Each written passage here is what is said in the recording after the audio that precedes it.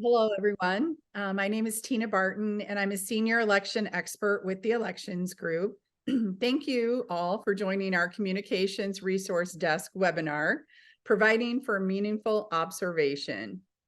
Before we get started, I would like to mention that the Q&A feature should be on for participants to ask questions for our experts to answer during the Q&A section for today's presentation. We will answer as many questions as we can at the end of today's session. The Elections Group is an elections consulting organization founded by former election officials Jennifer Morell and Noah Prates. We partner with state and local election officials to implement new programs or improve processes for voters and stakeholders. We provide guidance, resources, and direct management support for jurisdictions. And our team is made up of all former election officials from across the United States. More information about TEG and a link to our website can be found in the chat. Today, I'm excited to have two election officials with us who have award-winning watcher and observer programs. First, we have Lane County, Oregon Clerk Dena Dawson, and then Orange County, California Registrar of Voters, Bob Page. Dena, would you please introduce yourself to the participants today? Oh, thank you so much. I would love to. Hi, everyone. I'm Dena Dawson, and I've been an election administrator for over 17 years. I was brought up and raised in Colorado elections, and there I was fortunate enough to lead many jurisdictions, small, medium, and large. I've also been lucky enough to work and administer elections in Nevada and Oregon. I consider myself a bit of an election gypsy, and I feel really fortunate to have worked in so many different jurisdiction sizes and with so many different folks that I've been able to learn from. I'm currently the county clerk and recorder in Lane County, Oregon. And Lane County, just a little bit about us for some context, we're the fourth most populous county in Oregon. We have 275,000 voters.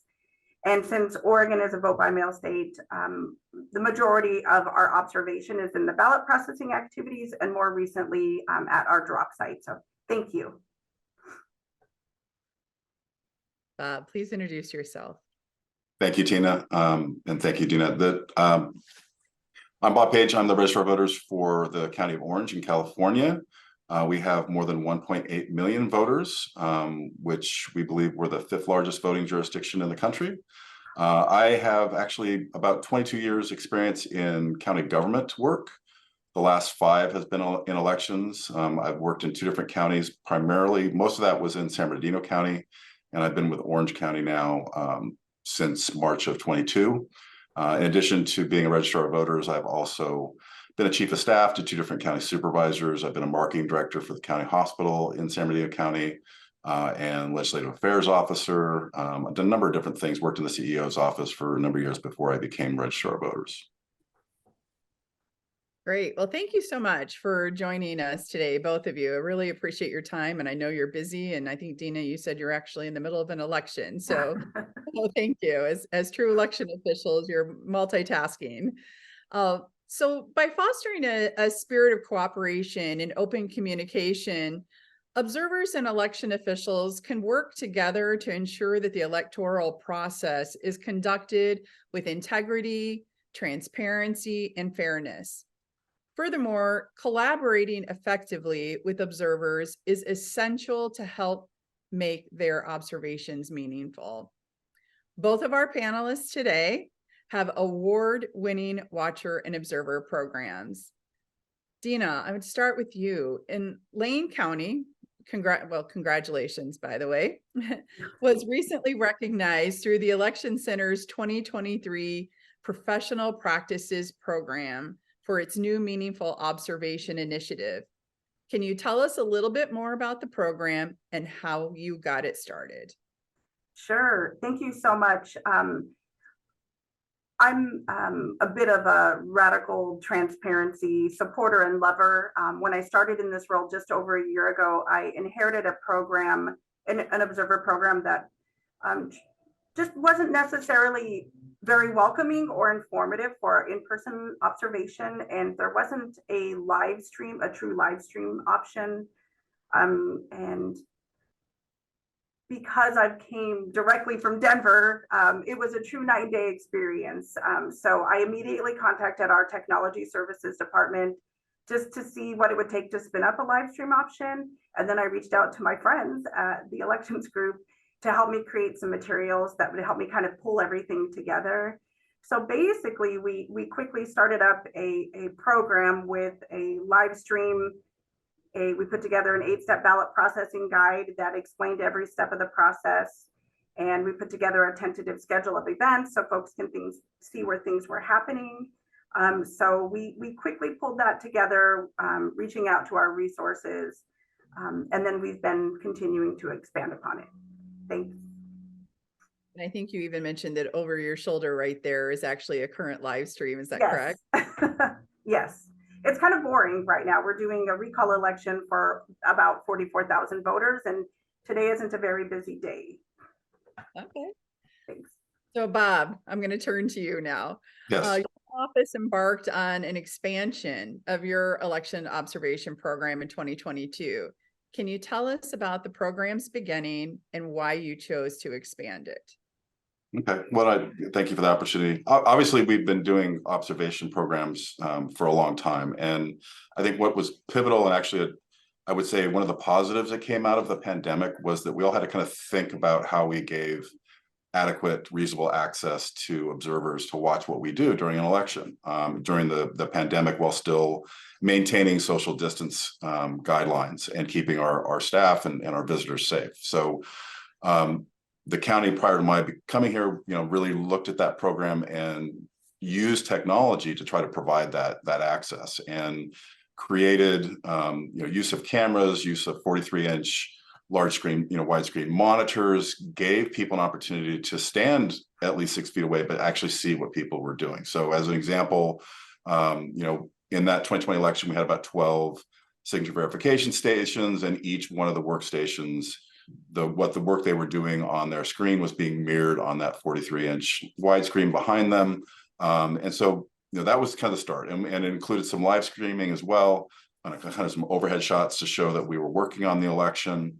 But then, after 2020, as I'm sure a lot of people have experienced, we've got a lot more people who are interested in what we're doing, but they really don't have a background in how elections are conducted. They have a lot of questions. And so what I found in my first election in Orange County in the primary in 22 in June was that, our past effort of just basically trying to keep them in certain areas with stanchions and the monitors wasn't enough. They had a lot of questions. They were interrupting people. Maybe not necessarily, because they wanted to be disruptive, though maybe some of them did, but they were a lot more needy in terms of providing them a service. And so when we came out of that primary, we really gave some thought as a team about how do we better manage these folks so that they continue to have that access. And so we decided that we were going to assign our outreach team that before an election is out in the community teaching people about how to vote, how to access the voting opportunities. And we transitioned them during the canvas period to being ambassadors for our observer program. And so they, when people would show up, they'd give them a tour of all the things they could see. They would stand nearby to answer their questions. And so, we've continued to kind of think about what are the needs of the observers so that they have a good experience while not disrupting the work that we do. So we've added more cameras, we've added more screens. We just keep expanding to, where we were mirroring 12 screens in 2020. Going into 2024, we're probably going to be mirroring more than 60 different parts of our operation. I love that, what you said about the ambassadors, and maybe I didn't hear what you had to say there, but are those actual employees, or are those maybe longtime election workers who you've trained to be ambassadors? I think that's a pretty neat idea, actually.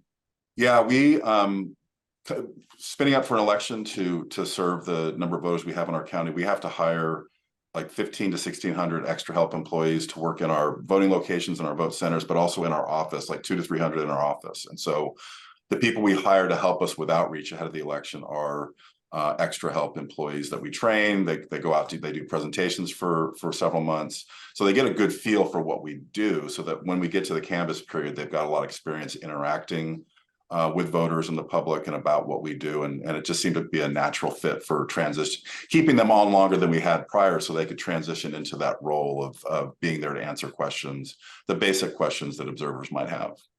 Oh, that's great. That's a really great idea. And that's what election officials like to do. We like to take other people's great ideas and implement them in our own communities, right? So I think that's a great idea. So Lane County, let me turn to you. The initiative that you implemented obviously had a live streaming component. We did touch on that just a little bit here, but can you talk a little bit more about that in particular, the logistics surrounding it, maybe like what it is you're actually live streaming and what processes you're showing? Yeah, thank you so much. Absolutely. Luckily, I have a really great relationship with our technology service. I mean, I started a little over a year ago, and you reach out to them right away. I don't have in-house technology, so we use the county support. So introducing myself, letting them know what I'm about, what the vision is, how they can support us, and they're very supportive of our radical transparency initiatives and incredibly on board. So that part was easy. And so luckily we had an already very robust camera surveillance system due to some funding from 2020. And so we use an Ocularis video surveillance system. And so we identified 6-7 cameras where ballot processing activities are taking place. They were already existing cameras. And so we brainstormed with technology service about how can we make this happen? And how can we make it happen in like 2 weeks? And so what they determined was we needed a capable computer program, computer. So we bought basically a less than $3,000 computer that had high-end audio video capabilities. They found an open broadcaster software program, and we set up our Lane County Elections YouTube account. So through our Ocularis account, we set up a separate private stream with only the ballot processing videos. It is locked down. I log into that, open up our open broadcaster software, and then stream that to our YouTube account. And we start our 24/7 live stream as soon as ballots go out in the mail, and we keep it running until we certify the election. And so a couple of things that we learned along the way are 24/7 live streaming doesn't necessarily exist because sometimes computers restart. So a couple of things we learned to exclude the live streaming computer from the standard updates, and we take it down once a week to restart it and get push updates and get everything that we need, and then restart it. So we've been learning along the way, but it was pretty inexpensive to get it started. But it's a very simple program that I start up and turn off after each election. It's not a difficult process to put together if you have good resources. That's great. And it sounds to me too that it's something that's affordable, which is something obviously always election officials are looking at is the cost of implementing something new. We have just limited budgets and we always seem to have lots of things pulling at them. So, I mean, that's really great. I appreciate your, I think you called it radical transparency initiative. What kind of feedback have you gotten from your voters? Have you had people who are paying attention to this? Are they commenting with you? Like, what are you hearing back from your public? It has been incredibly well received, and no one watches it. I feel like, now that people know, like I can log in, I can look at the tentative schedule of events. I know when they're deconstructing ballots is what I call it here, when you're getting ballots ready to be counted, and I can watch it and it's boring. So I can see we have 85 subscribers, and during election night, we have a lot more people watching than we have right now. I'm the only person watching. But it is, if it's there, then it's just people are more confident in the process. And so it is helping us rebuild trust with those that might be, on the fence. Maybe they weren't sure. And because of the other pieces that come along with the live streaming and the education that we're doing, it's the full package, right? It's not just the live streaming, it's the 8-step guide where they can see what's happening and understanding when things are happening. So it has been incredibly well received. Great. And, it's kind of like the logic and accuracy testing, right? You don't always get a crowd, but the fact that we open it up to the public, I think is a really great idea. And if people do want to see it, or they do have questions, it's there, right? So, I'll turn now over to you, Bob, to Orange County. You also implemented live streaming in 2020. You all actually are, a massive operation. I just recently got to experience that myself, seeing what you do there. Can you talk about your program's initial start and what the maintenance for this kind of program element has looked like for you all? Yeah, so as you mentioned, we did start live streaming in 2020, and the history I've heard from staff is that there was a little tweaking that had to happen in the beginning, because they set the cameras up and realized fairly quickly that the overhead cameras shooting the signature verification stations was potentially displaying personal identifiable information, signatures and things like that from the voters. And so they had to kind of adjust really quickly and make sure that they had wider shots and the angles were such that that information wouldn't show up. And that's something we've continued. And so, we have kind of just basic general overhead cameras for live streaming that show that there's activity, but don't really allow a viewer to see exactly what the person's doing. We really are encouraging people to still come in person if they want to get that close access and find out more about what we're doing. But the one thing we do actually when we live stream that we have been doing is that when we do our risk limiting audit pilot project in the state, we have been those boards that are doing that audit, the terminals they're working on, we're actually mirroring and live streaming the terminals they're working on in the risk limiting audit. So people can get a very close up and personal look at that audit process. But, we, unlike what Dena said, we don't necessarily have our cameras on 24/7. They're just up and on when we've got staff working here.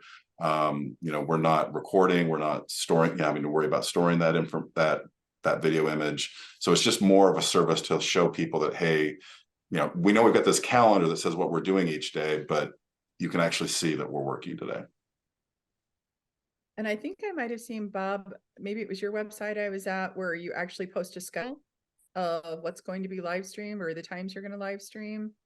Yeah, we try to provide that information. Like when we're going to do the risk limiting audit, we'll make sure people know about that. And as I said, we have a calendar for our observable, that we're going to be doing signature verification, or we're going to be doing ballot duplication, opening ballots, scanning ballots, all that stuff will be up on a calendar, but kind of a general understanding this time to this time, this could be happening, but obviously that changes day to day. But, to one of the questions you asked Dena before, we get a lot of positive feedback for what we're doing, but we also always get requests to do more. So, in going into the last election in November of 22, people wanted to be able to have better access to viewing the people adjudicating ballots where the voter didn't follow instructions marking the ballot. And so we added mirrored widescreens in our scan room so that the people working at those stations, that their work was being transmitted onto a large screen that people could watch, just like we did with signature verification. People wanted to have better access to our ballot sorting machines and our extractors. We're not going to, we have a secure fenced off area where all that happens. We weren't going to let them in to where the live ballots were, but we realized we could add cameras that pointed exactly right at the hands of every person working at a ballot extractor, so they could see the person pulling the ballots out of each envelope. So, we just continue to as we get those requests, evaluate them and provide that access. There are certain things I have said no. I had a gentleman who wanted to sit in our dispatch team's room where they're managing all of our ballot collection teams that are picking up ballots from our drop boxes, and we track their location at all times using GIS on their phones. And I did not want somebody sitting there knowing where all my staff was in the field exactly at the moment they were. If he wanted the logs afterwards about what times they were at certain places, I'm willing to give that, but I said no to sitting in that dispatch room and seeing where all my staff was at any given time. Sure. And I mean, the request for more seems to kind of be the mantra of the day, right? For when it comes to specifically even to transparency and even somebody like like the two of you who are making great efforts to make sure that the process is transparent. Talk to me a little bit about the challenges that we all face as election officials right now to balance transparency in the process, but yet privacy for the voter. What all have you done, or what do you see are the challenges there? I'd love to hear from both of you on that. I'll Dena? jump in real quick if that's okay. Because we are being radically transparent in the things that we're doing, we've made some kind of just some minor changes. The party affiliations of our teams are designated by colored lanyards, but I don't use blue and I don't use red. I just picked other colors that I happen to like. And so I know what color means what. But people that are observing, again, from kind of that overview angle, as Bob mentioned, see people in orange and black and green lanyards, and they just know they're not the same party affiliation. We used to present the first and last name of our teams that are working together to open and deconstruct ballots on a large sheet of paper so it was visible from everyone across the room, and now they just have their first name on their name badges. And so with little changes like that, it's been incredibly helpful. The in-person observation, we still welcome folks for in-person observation, but we seat the observers close enough so they can meaningfully observe what's happening, but they have to talk to an election staff member. You know, if they always try to talk to the election workers, and the election workers love to talk to them too. So, you know, we monitor that area. We also assign an observer monitor that kind of leads them around on the tour and then answers their questions, or with the 8-step ballot processing guide that we hand them, we allow them to write down their questions if someone isn't available. But just little steps like that have actually gone a long way. The big thing more recently is the drop site observation. There are no specific rules in Oregon that prohibit anything at a drop site. And so since we're a vote by mail state, there has been a real uptick in interest in parties collecting giant groups of people to observe the collection of our drop sites. And so I think we're trying to catch up with that. So we train our election workers in de-escalation tactics. We're working towards in the future, potentially, hopefully sooner than later, having camera and video surveillance at our drop sites, which we do not have now. And I don't even think that I would live stream that, but I would want that available so that I could take a peek if I needed to, if I got a call, or so that we could monitor those. But just constantly being flexible and adjusting to all of the things that are happening. Thank you. Thank you. Yeah, Tina, I think the biggest thing we've struggled with in the last year was the use of cell phones by observers at our central processing site. So where we kind of landed going into November was that we designated a specific area inside our office where they could use their phones, otherwise they could not have them out. And that's obviously to protect the PII from the voters as we're about, looking at their signatures and other information on those screens. Obviously people can observe that in the moment, but we don't want them making copies and leaving with that information. So that's kind of a struggle. Some observers don't really like the fact that they can't use their phone, but it's when we tried to police it by just keeping an eye on them, it just became too much to manage. And so I had to make the decision going into November that here's an area where you can use your phone or you can go outside, but otherwise you can't have your phone out. All right. Yeah, that's all great information. So having adequate signage, especially when you have observers there and they maybe aren't sure exactly what's happening in that moment or during that process, having adequate signage can be a great tool for improving the in-person tours and the overall observer experience in general, right? Can each of you speak to your use and implementation of visual aids? I'm going to jump in there then. Yeah, go ahead, Dena. Thank you so much, Bob. I am a visual aid nerd. I'm a nerd all over the place, but I guess also with visual aids because, election administrators love organization. And, we use A lot of us use color-coded mail trays. We have a ballot dashboard that visually displays ballot returns and how they're coming back. And so, you know, again, reaching out to my resource when I got here to Lane County, I reached out to my friends at the election group and said, hey, can you help me kind of pull this all together with some signage? And, you know, I want a handout that I can hand to our observers when they come in, and it describes each of the 8 steps. So we broke it down to 8 steps. We married up an icon, and this is the work that the elections group did for me. I said, here are what our processes look like. They matched those up, each step of the process, with an icon, which we then turned into the cover page of our 8-step processing guide, and we created that signage for every one of our rooms. So when you're walking to observe in the receiving area, there's a sign there that has the little icon and the receiving,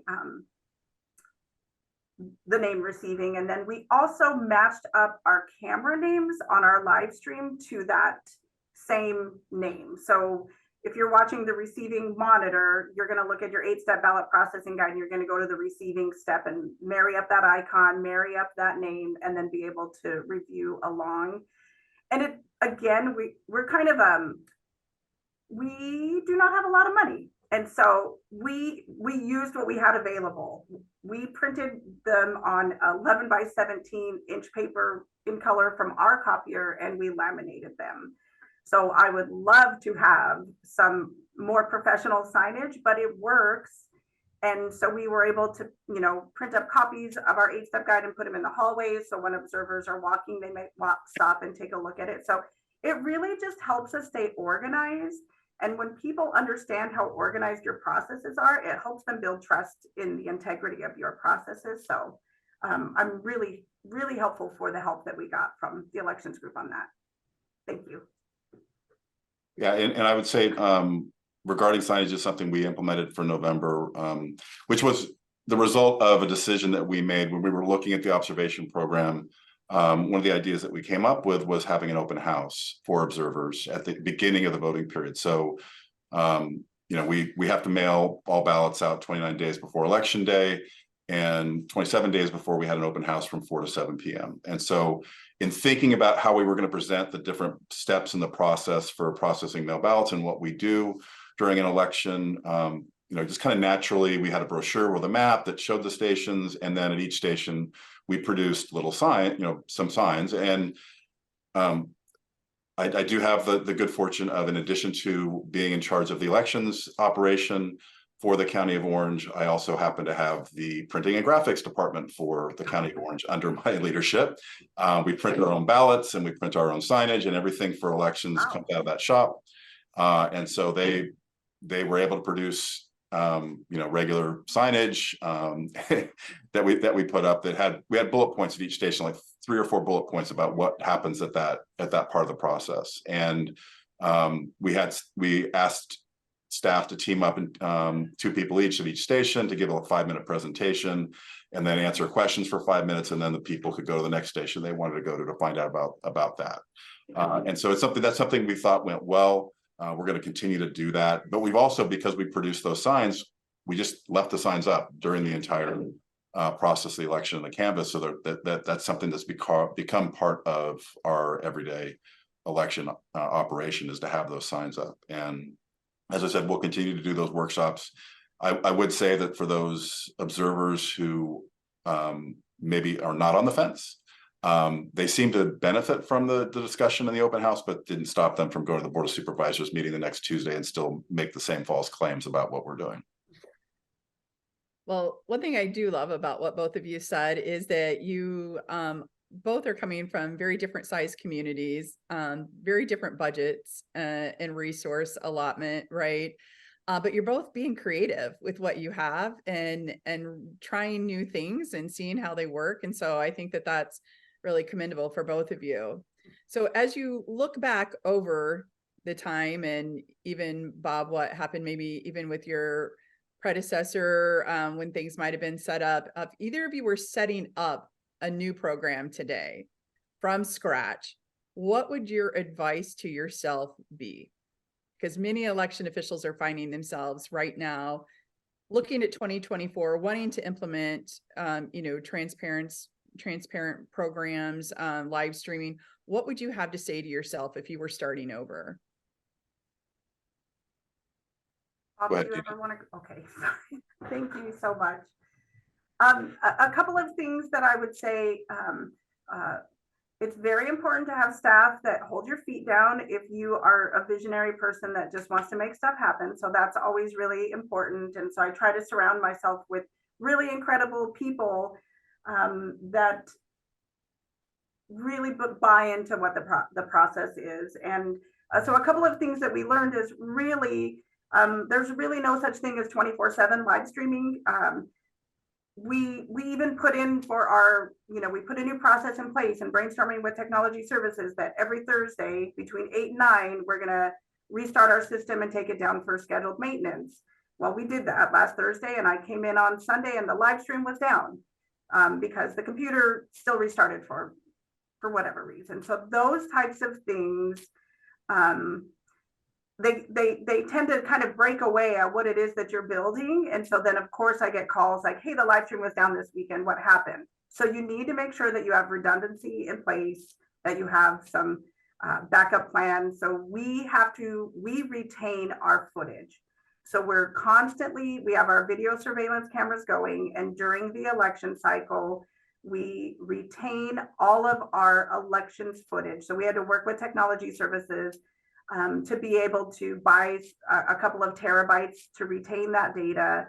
A single terabyte is so cheap compared to what it was years ago. I remember not being able to afford it in one of the counties that I was in. So think ahead at that continuity plan. And so when in fact it does go down, I'm able to say, I can provide you the footage from that period of time when it was down.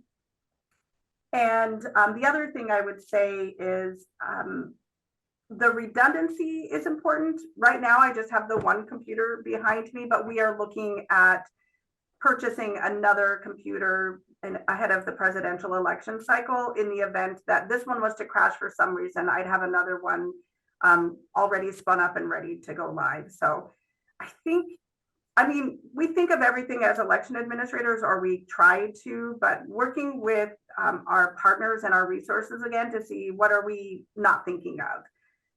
I want to make this happen and I want to make it here. What am I missing? What do we need to be thinking of? So I think that would be a little bit of my concerns if you're starting up from scratch.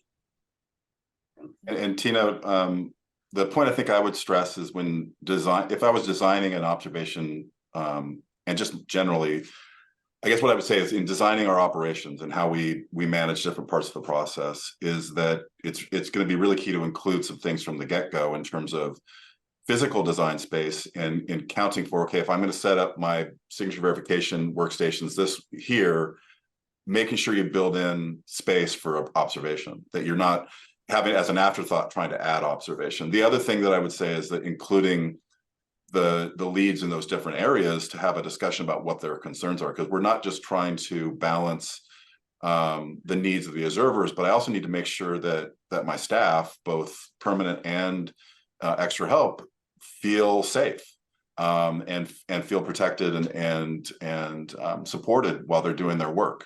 And so, if I would go back, if I would, and we're actually getting this opportunity because I am, working to get more space for what we do, because that's obviously a limitation for whatever we do. Is we all have a finite amount of space usually to work around. So if you're realizing you've got more people voting by mail, you start making decisions. Well, do I have enough? Do I have enough sorters? Do I have enough extractors? And you start thinking about how many workstations you need. You potentially could end up using up all your space, and then where do your observers go? And I had that situation in San Bernardino where we wanted to double our ability to process mail ballots, and we designed, had a furniture person come in to design things, and then afterwards I'm going, okay, where are the observers going to go? But we had a very small amount of space, and so to be able to double what we did with workstations, that was a casualty that we really didn't think about. But now in Orange County, in trying to access more space on our campus to be able to provide more permanent, we're going to get an opportunity to kind of really design, how we lay out signature verification areas, ballot duplication areas to build in the observation opportunities around them. And I'm finding first step, it's going to be a challenge because the county, and they have standards in terms of each employee gets this amount of space in a cubicle, and we set it up this way. And it's like, no, timeout. You're thinking about it wrong. This is an operational area. We need flexibility. We need to build in these things like observation that they don't think about downtown when they're helping people design their space. So, that's going to be a critical thing, is really getting the county to understand what our needs are, and it's not your typical cubicle. So. And as we look at election officials across the country, they really, operate in all sizes of jurisdictions. I mean, Bob, you're like an extremely large jurisdiction, right? I mean, very limited amount of communities are going to be near that size. And a lot of them are really small, especially in states like Michigan and Wisconsin, where you're looking at cities and townships run elections. So as we're talking about your programs, how scalable are they for some other election officials as they're looking at maybe smaller or even larger offices? What's the scalability of this? And what do you think would be the most, the resources and the tools that would be the most easy for them to implement right away? Dena, would you like to go first? Thank you. Yes, we'll keep the tradition going. I think because I've been fortunate enough to be in many size jurisdictions, what my smallest jurisdiction, we had 10,000 voters, and we were a one-person election shop. I worked in a county clerk's office in Archuleta County, Colorado. Shout out to those peeps if you're watching. But I mean, we were a really small shop, and we would bring in just a couple of election workers to do our ballot processing activities, and then we had our vote centers as well. But I think that anything is possible if you have the right support and the right folks in place, right? So any size shop can put together some variation of live streaming. If your technology services team, if you don't have $3,000 to buy a computer that's capable of running 24/7, see what programs you can, your technology services team can find. There's open source materials that are available that you can just get installed to just stream when you are processing ballots. You can do Facebook live events where you're just walking through with your phone and at a safe distance, doing some observation. So depending on what your budget is, I mean, the more budget we have, the more we can do, but it really is your resources and in my opinion, getting people to like buy into what it is that you're trying to create. And right now everyone wants to help rebuild trust in those that have lost it in the election process. So it's been easy for me. And so it was not difficult to spin up this live streaming process, and the resources from the elections group to build our 8-step guide were also free and a very quick turnaround. So I think it's scalable as long as you have the right people behind you, and us, other election administrators. All of my materials are just on the website. Borrow them.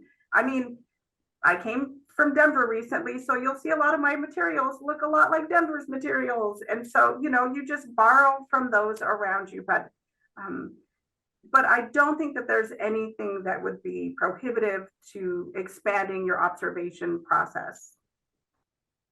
Yeah, and just to build off that a little bit, I given where we are in election administration right now, and the interest in what we do, part of what I've been saying a lot the last year when I get asked by the media or others, is that a big part of my job now is that outreach. It is explaining what we do. It's that transparency.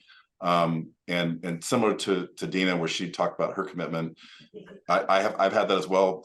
Prior to going into county government, I was a newspaper reporter for 8 years. And so I was on the other side, just expecting that I could get anything I wanted.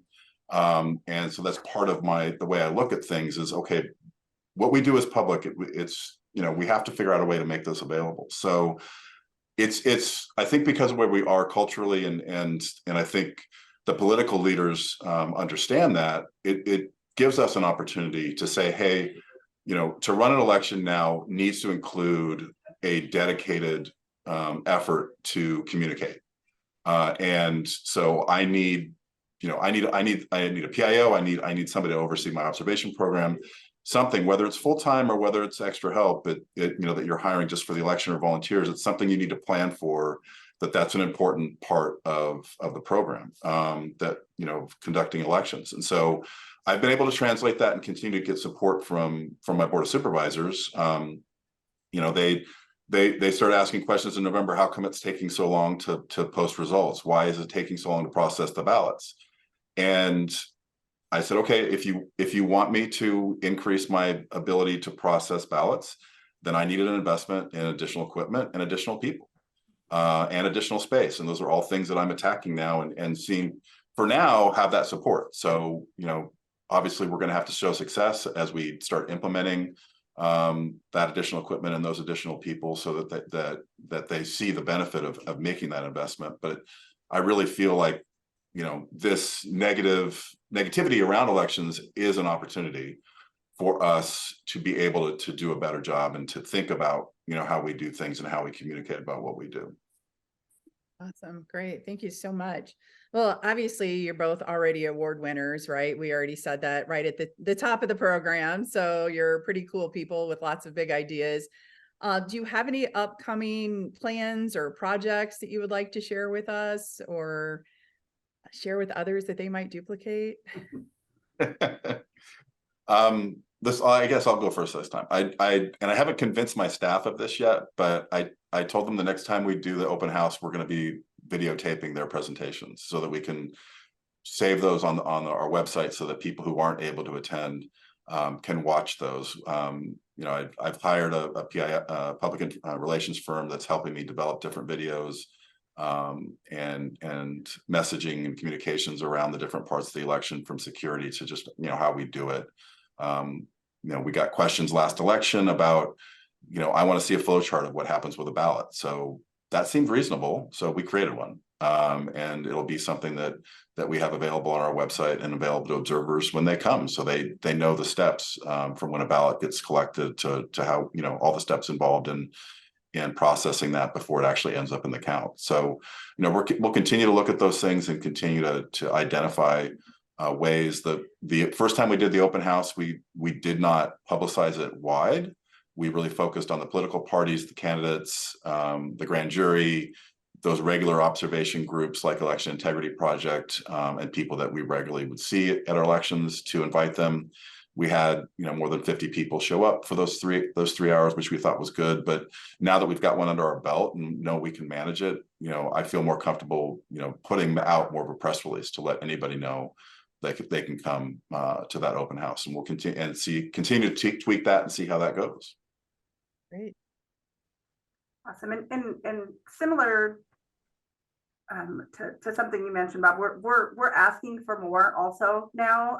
I've been here a year and a half, so we've been working on modernizing all of our processes and making sure we're compliant with law and that everything is efficient. And so we're looking for more space. Also, our current office is, we're an old bank, so it's super cool architecture, but maybe not the most efficient. Multiple rooms that you have to go through.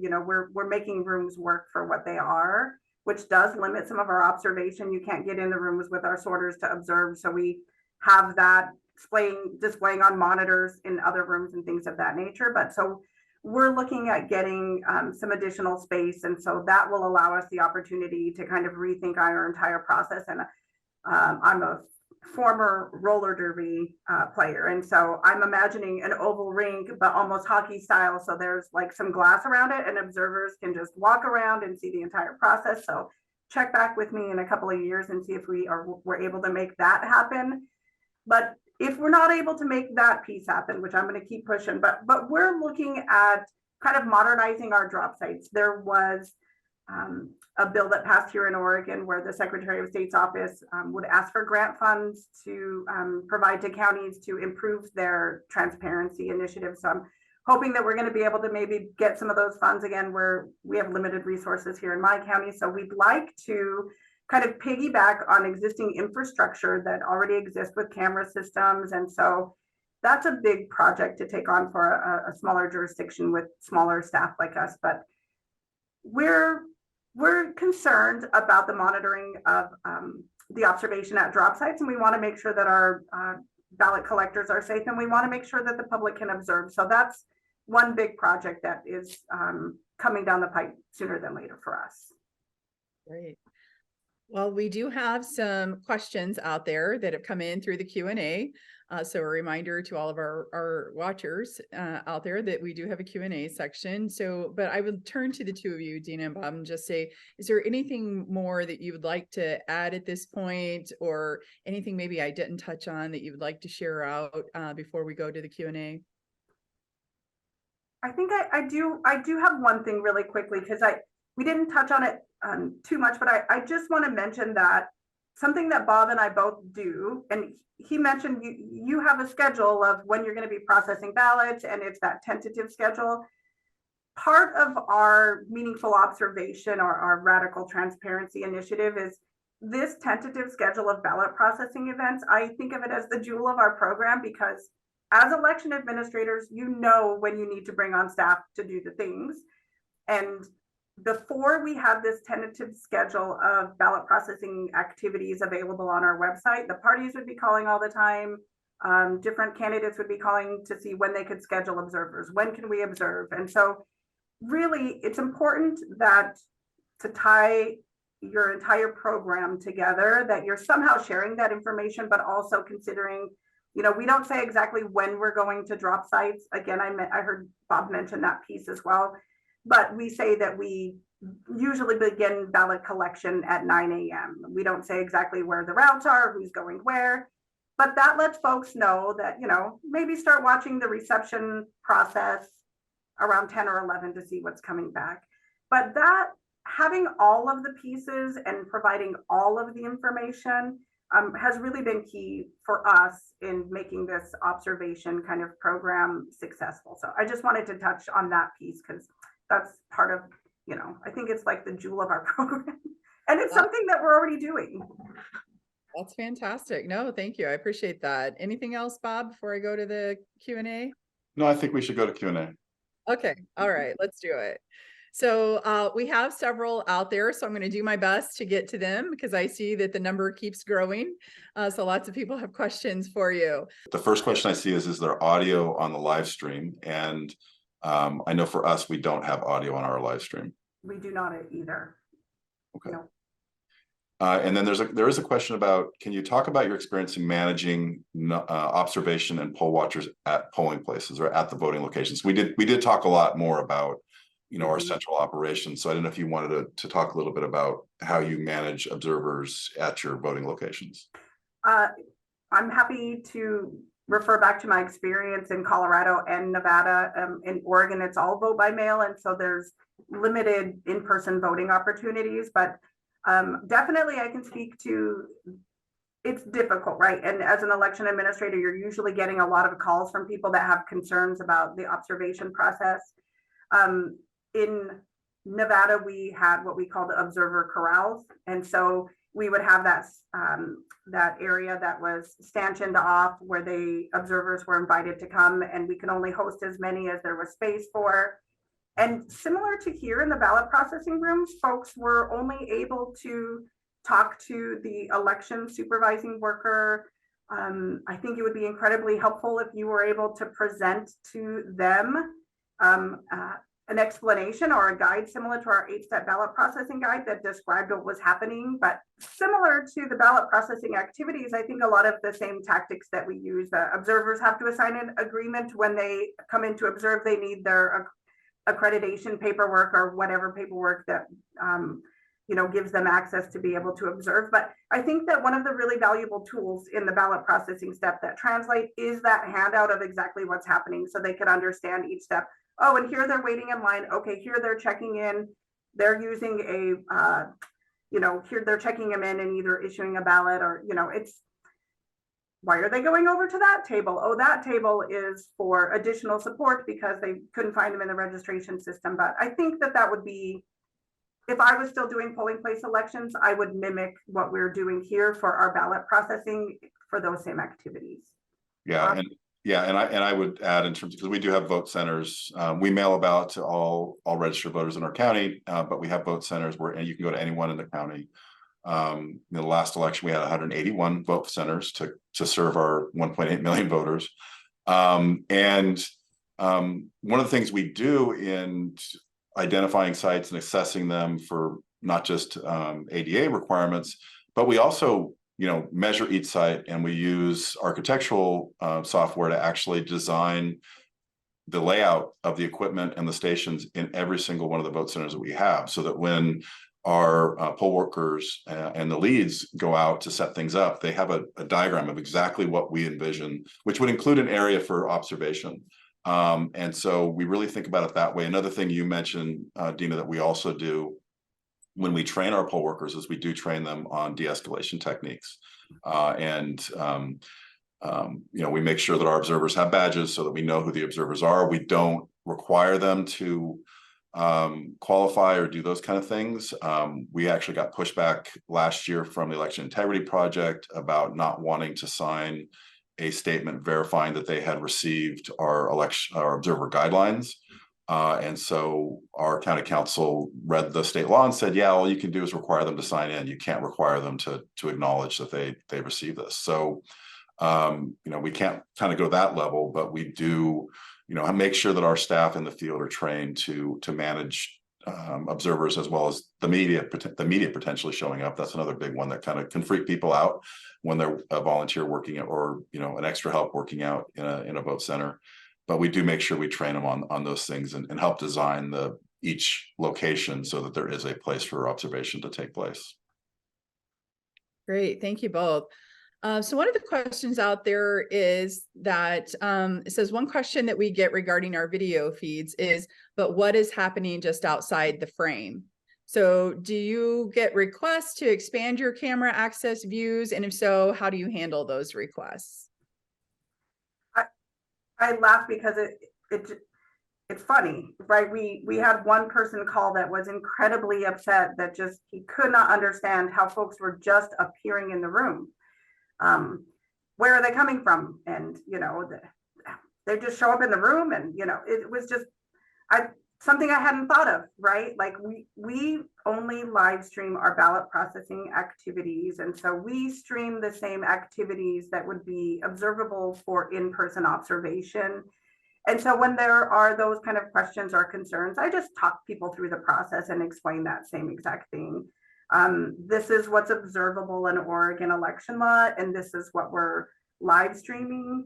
And I'm happy to explain why those people are disappearing. And if you'd like to come into the office and see, I will gladly show you that they are not apparitions. They are walking in a door, and they're coming around this hallway, and they are coming in this room. But honestly, we're always asked for more, and we provide as much as we can. And I really, when I have the conversation with folks and we just kind of explain it, they either understand or they're going to continue pushing for more, and I'm going to continue giving them that same answer. But we have a dialogue, and they can call me at any time. And so I think it's just a standard conversation and referring back to what the requirements are for us. Yeah, and I would echo almost everything that Dena said. It's really about talking to them. We do get requests every election for more. We want you to stream at night so we can confirm that no one's doing anything. And I've provided additional access and things like that, but sometimes I just have to say no. I don't have the capacity to do that. And as Dena said, all you can really do is explain the process and invite them to come down if they want to actually see everything.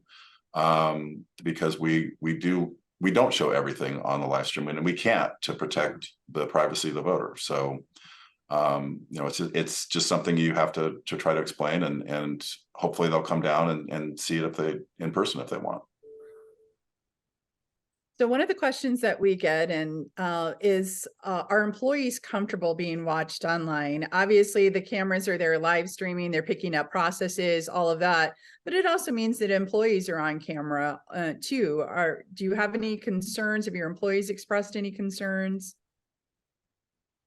Yeah, I would say my employees are concerned about their safety and how that potentially impacts their safety to be on camera. And so what, I have to continue to remind them the importance of being transparent. And that's part of it. That's part of the job that we do.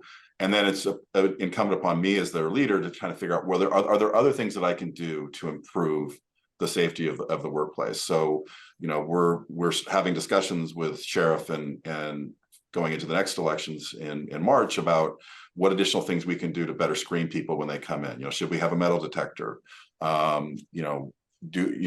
What days do we need to have a security guard check people in, and what should they check for? When should we have sheriff's deputies here and be present to help us? So, you know, we're constantly having those discussions. We've got a really good relationship with our sheriff's department, our district attorney, state and federal law enforcement as well. So we're constantly having those conversations, discussing what we can do to improve that safety. And it's just, you know, I'm going to do what I can to make sure my staff feels safe. It's a very stressful job. I want them to feel safe and good about the work they do and not worried about that. But at the end of the day, you know, we have to be transparent. So it's part of the job. Yeah, I would just say ditto. Yeah, so a lot of what we've talked about, we kind of focused on some live streaming and the camera part of that, but obviously a lot of observation it's taking place in person, right? People are coming there in person to observe. So just wondering, as you're looking at setting up your stations, how close do you allow observers to get in proximity to different processes, maybe like your signature verification workers?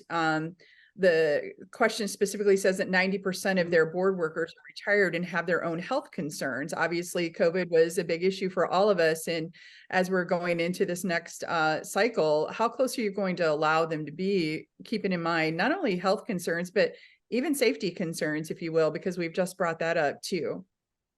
Yeah, I would say I'm not going back to letting observers look over people's shoulders. You know, we're fully committed to the cameras, the mirroring of workstations on widescreen monitors, and those monitors basically allow us to set up so that the observer is not only standing on the other side of a monitor from the staff member, but they're also still about 6 to 8 feet away from them. So, you know, when we design our warehouse, when we set up the different areas, we're thinking about that to make sure that we're still providing our extra help and our employees that are doing the processing of the ballots, that they have that space and aren't crowded and feeling any more pressure than they need to in the job that they're doing.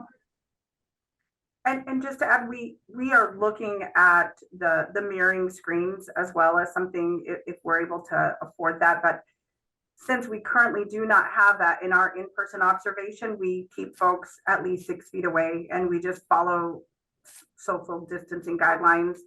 And we get concerns, well, I can't even see the screen.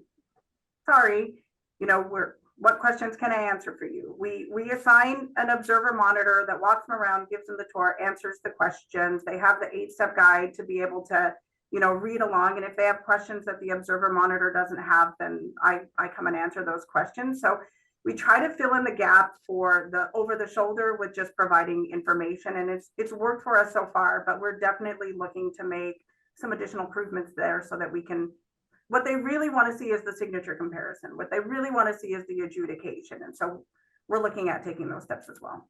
Yeah. And once they see it, Dena, be ready for them to say you're going too fast. I'm sure. Thank you. Always a challenge, always room for more and more improvement, right? Well, thank you so much to everyone who tuned in today. And thank you specifically, Dena and Bob, for joining us and taking time out of your busy schedules. The Elections Group recently released new election observer resources to help election officials provide opportunities for meaningful observation. We have provided a link in the chat, and more information as well as direct support can be found by visiting us online at www.electionsgroup.com. Thank you again for joining. We hope to see you next time, and I wish you all a wonderful fall season and good luck with your elections. Thank you. Thank you. Thanks, everyone.